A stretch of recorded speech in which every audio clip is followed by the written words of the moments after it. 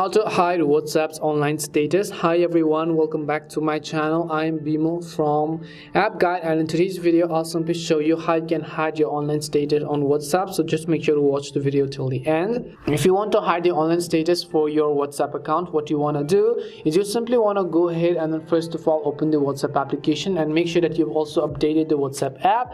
Once you've updated the WhatsApp application and opened WhatsApp, you want to simply tap on the three dots from the top right hand side and then go to settings. And as you go to settings, over here you'll find the option called privacy. So just tap on that privacy option again. Once you go to privacy option, here you'll find the option called last seen and online at the very top. You want to just tap on that and you can see last seen. So you want to set your last seen to nobody, and once you set your last seen to nobody, you can see online. So you have to set the online status to same as last seen, because you have everyone or same as last seen. So since the last seen is set to nobody, the online is also going to be set to nobody as well, and that way no one else will be able to view your online status, but at the same way you'll also not be able to go ahead and view other people's online status.